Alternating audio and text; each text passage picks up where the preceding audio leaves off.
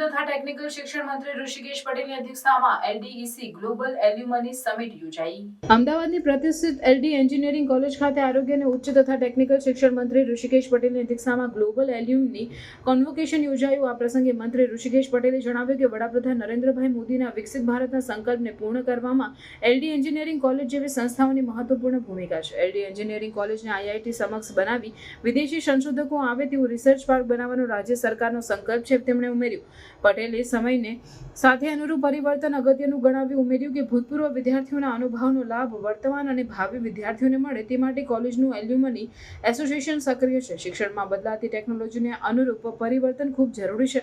સાથોસાથ દેશની પ્રગતિ અને જનહિતનો વિચાર પણ એટલો જ જરૂરી છે। દેશમાં નિર્મિત ટેકનોલોજી વિશ્વવ્યાપી બને તેવા ઉદ્દેશ્ય સાથે આઈ હબનું નિર્માણ થયું છે અને આગામી સમયમાં રાજ્યના અલગ અલગ ઝોનમાં નવા આઈ હબ બનાવવા રાજ્ય સરકાર સંકલ્પબદ્ધ છે।